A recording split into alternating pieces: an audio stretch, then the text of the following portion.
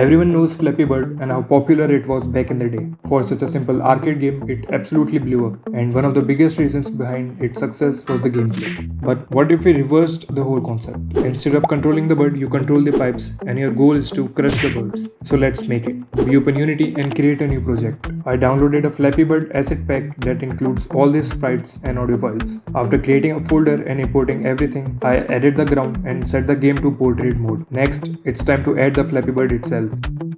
The bird is looking pretty good, so let's bring in the pipes and position them properly.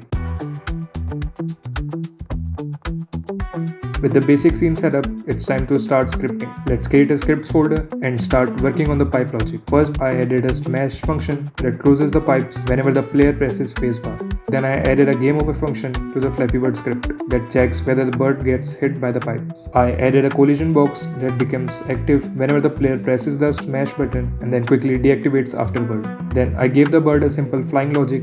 Now the birds can fly, but one bird isn't enough. So I created a spawner script that spawns new birds every few seconds. To make things more challenging, I also added a difficulty system that gradually increases the bird's flying speed over time.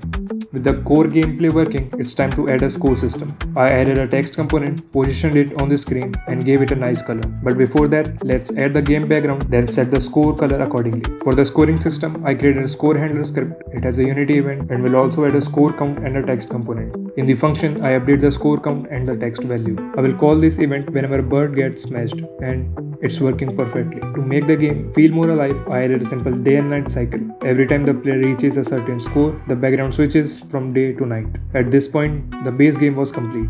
But that still wasn't enough. Every game needs some sort of progression system. After spending an entire day working on it, I finally added upgrades, a coin system, and a proper game over screen. Here's how it works. If the player misses 3 birds, the game ends. You can also see how many birds you smashed and how many coins you collected in that round.